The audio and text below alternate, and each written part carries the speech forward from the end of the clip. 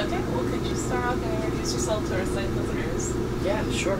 I am Craig. I sing for the band Chiodos. Great, well, thank you so much for joining me. How are you enjoying your day so far? Good. Day after Easter, it still feels like a Monday. Yeah. But the day is beautiful. Went to the aquarium. Nice. Can't really ask for a better day weather-wise. Out here in Baltimore, it's beautiful. Right, piers are over there. Absolutely. Got one of those dragons, those pedal boat dragons. And Oh, cool. yeah, just been hanging out.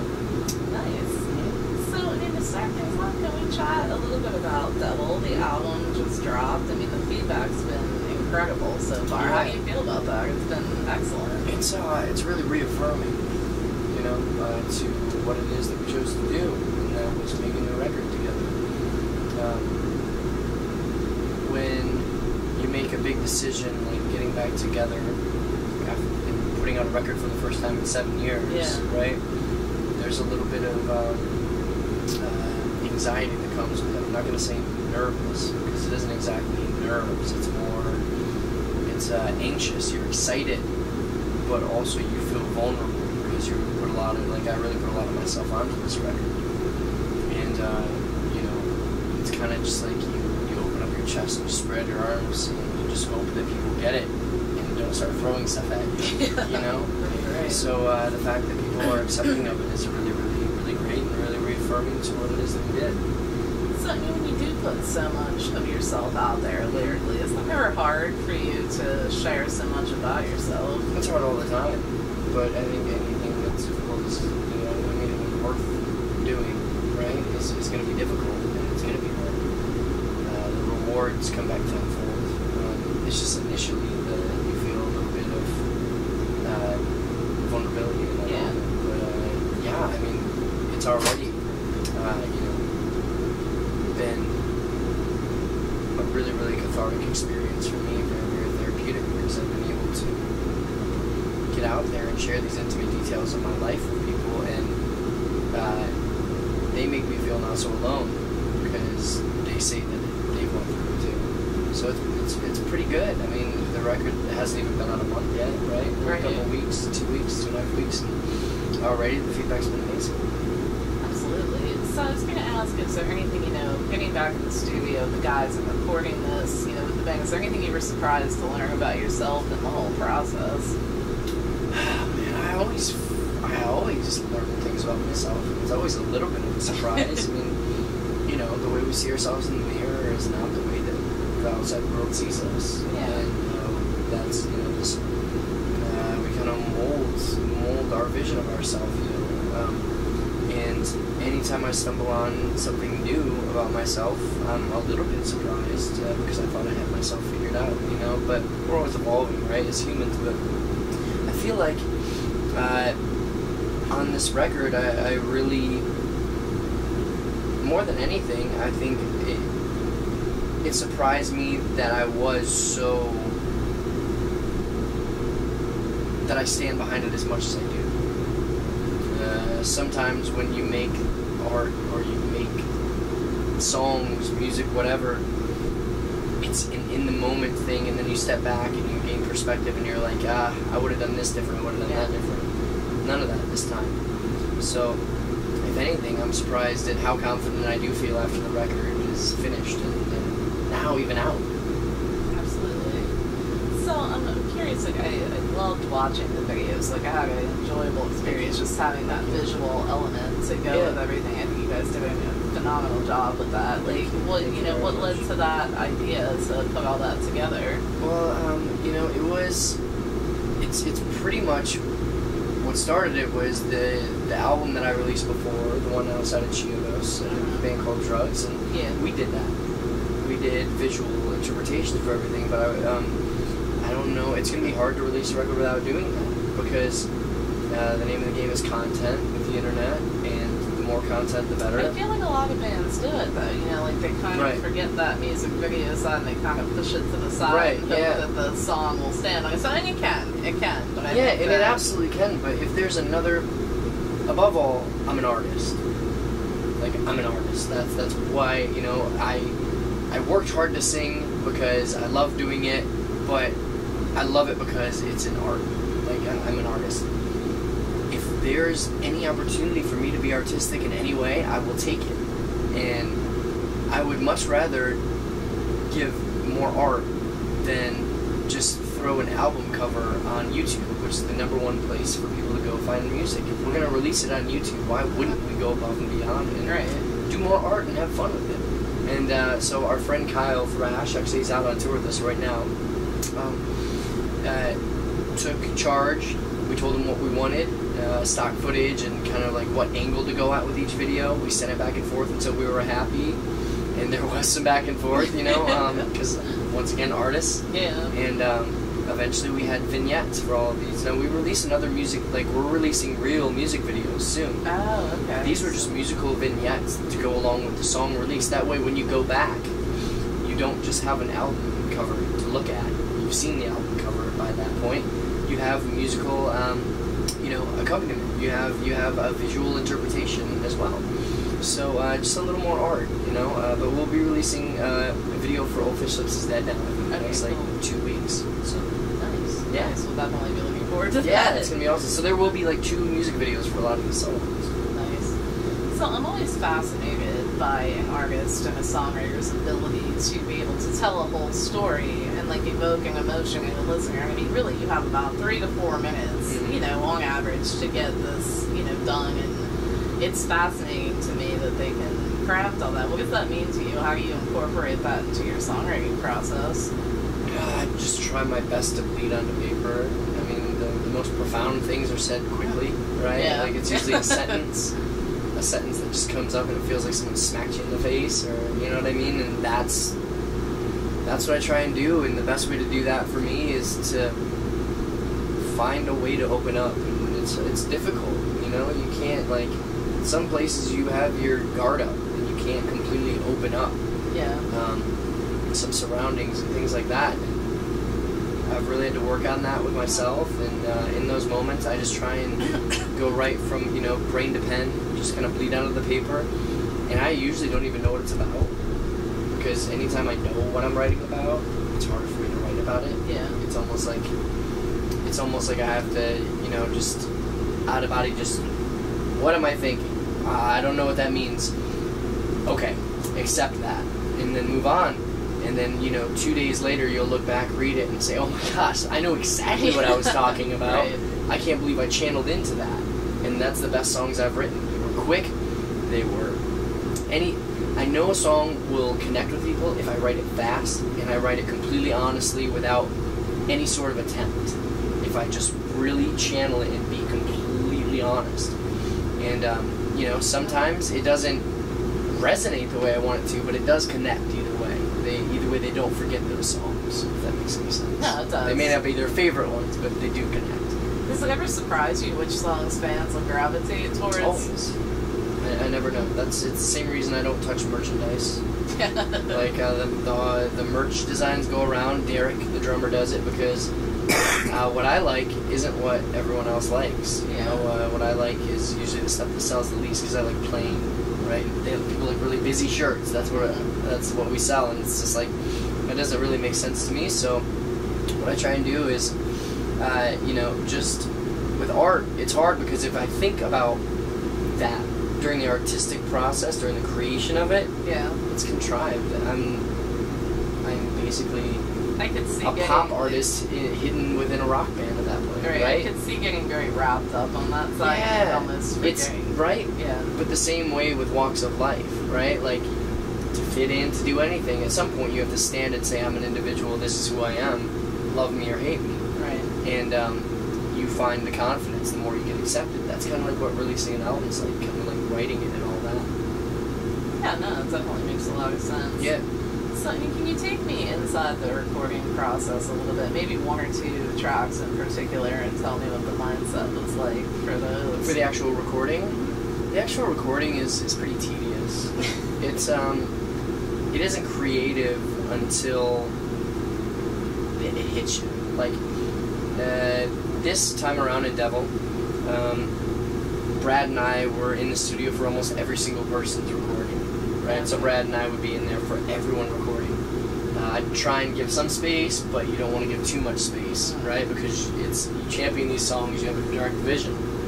And then you just kind of have to feel it out. You give direction where you can, and then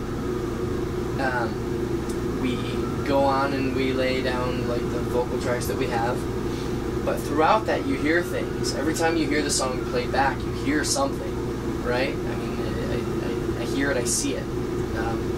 And then the fun part is when everybody's laid down the rough tracks, then you go over it and you add in all the elements. Nothing on this reel is fake. Nothing on this album is fake. Everything is real, from the French horns, tap dancing, champagne glass breaking, door opening. We wanted to do something raw and honest. And I feel like a lot of the soul of music is being sucked out through all of the EDM influence, through all of and there's nothing wrong with it. Yeah. But it's just not rock, the rock music that I love, I guess. And I think a lot of it, like, I get, in my own personal opinion, sometimes like, I like to call it perfectly imperfect. You know, there's so much of that smoothness, and it just seems so clean and so. Yeah, it just like feels. It feels like I'm walking around and I'm in Pleasantville or something, right? Like our version of it, and it doesn't seem honest and it doesn't seem genuine. It seems like, yeah, you can win, but I mean, is it gonna last the test of time? Like, I want to hear voice cracks, I want to hear imperfections, I want to hear real, you know, because that's what that's what resonates with me as a human being, and that's what I want out of my art. Well, you guys did vinyl for Record Store Day, right? Yeah, well, we did vinyl pressing for, we did like 2 or 3 colors with our record, with Devil, and because vinyl is it's the #1 place for people to get physical copies of music now. It's coming back so crazy, like through the roof. And so with that, I mean, we did something for Record Store Day 2 days ago where we did 2 B-sides, and we released it strictly for Record Store Day on a 7-inch. That's good. I'm so happy to hear more and more artists that are doing that, or like having special releases, because it really is urging fans to get out to these stores. And I like that not everybody can do it. I like that too, because then it stops the industry from taking advantage of it, which, you know, we're human beings. We'll find a way to make $1. We'll find a way to consume more, right? That's what we do. And I like that people kind of have, there's kind of a limit on it, so I think it's really cool. So, I mean, being that you've seen all the changes that the music industry has gone through over the years, which one of those changes has probably affected you the most, would you say? Probably the oversaturation of this genre specifically. When we started out, we were doing something completely different and individual, and that's why people gravitated towards this. And it's amazing to see how many people in other bands that we tour with now that come up to us and say, thank you, you led me to screaming in music, you liked me, you led me to high vocals in music, or orchestra, or this or that, right? But it feels like, it's like when everybody starts to like your favorite band, and you feel a little bit like, I kind of wish you guys didn't know, because you'll never understand it at my level, but everybody has their own. So that's what's affected me the most, being just like completely open book about it. You know, in my #1 fear in doing this is becoming jaded. That's my #1 fear. I grew up around so many jaded people, old school people that always diss the up-and-comers. It's not what I'm doing. It just feels like there's so much creativity out there, or so much talent out there, and if there's a little more creativity and people really searched and pushed themselves, that the music industry would just flourish in general, especially our scene.